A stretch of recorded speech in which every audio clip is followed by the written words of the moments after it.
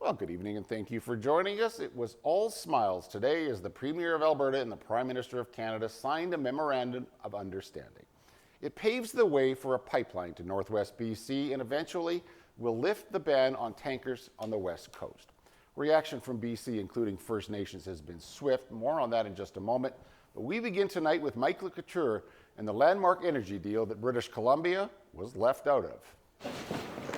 Danielle Smith's excitement could not be contained. Alberta isn't getting a bitumen pipeline yet, but it is one step closer. This agreement includes a clear path to the construction of an over 1 million barrel per day Indigenous co-owned bitumen pipeline to Asian markets. If everything goes smoothly, senior government officials say construction could start in 2029. But there's one important caveat. If there's not a private sector component, there won't be a pipeline. That's just one of the conditions as laid out in the agreement, as is Indigenous co-ownership and collaboration with BC to share the benefits. There has to be a new carbon pricing agreement, and the Pathways Carbon Capture project must move forward for the pipeline to do the same. I don't know that the Prime Minister would have agreed to a new bitumen pipeline without Pathways, and we wouldn't have agreed to Pathways without a new bitumen pipeline.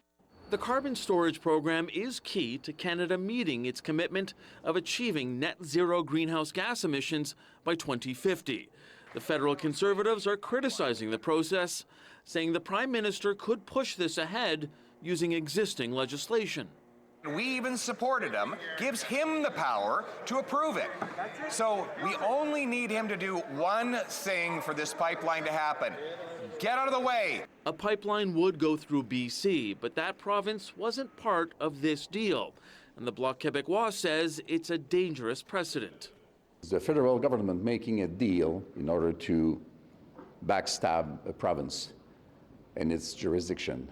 Alberta has until July 1st to submit a pipeline project application to the new Major Projects Office. If all conditions are met, then the federal government will make an exemption to the oil tanker ban on the BC coast. Michael Couture, CTV News, Ottawa.